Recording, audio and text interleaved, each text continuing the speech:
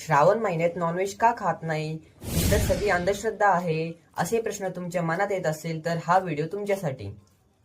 थांबा, या सगळ्याशी निसर्गाचं चक्र, हजारो वर्षांची परंपरा आणि सायंटिफिक दृष्टिकोनातून पाहिलं तर समुद्रातील मासे, कोंबडी आणि वन्यजीवांचा हा प्रजनन काळ असतो.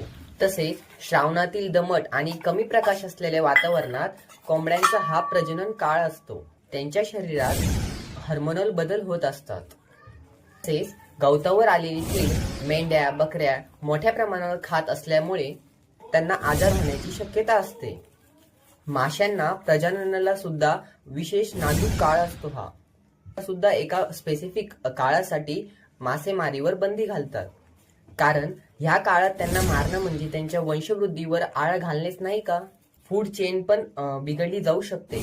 तर आरोग्याच्या दृष्टीने पाहिलं तर याच दिवसात आपली पचनशक्ती ही खूप कमकुवत असते आणि मांसाहारासारख्या पदार्थाचे सेवन केल्याने ते पदार्थ आपल्या शरीरासाठी जड असल्यामुळे पदार्थाचे सेवन केल्याने ऍसिडिटी, गॅस, स्किन प्रॉब्लेम असे समस्या उद्भवू शकतात.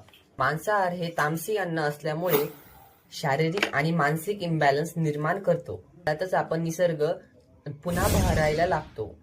अव्वल म्हणजे शरीराला पौष्टिक असणाऱ्या पालेभाज्या, हिरव्या भाज्या प्रमाणे वाढतात. हे निसर्ग जणू स्वतः आपल्या आरोग्यासाठी एक पाऊल पुढे येतो.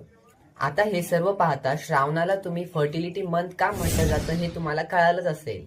हे सर्व पाहता श्रावण महिना हा आध्यात्मिक महिना म्हणून मानला जातो. त्यातील बरीचशी शुभ कार्ये याच महिन्यात पार पाडली जातात. हरीच ना, तर तुम्हाला कळालं असेल की श्रावण महिन्यात आपण नॉनव्हेज का खात नाही, तर तुम्हाला याचं उत्तर मिळालं असेल. तर कोणी तुम्हाला विचारलं तर श्रावण महिन्यात नॉनव्हेज का खात नाही, तर तुम्ही आता सांगू शकता. थँक्यू.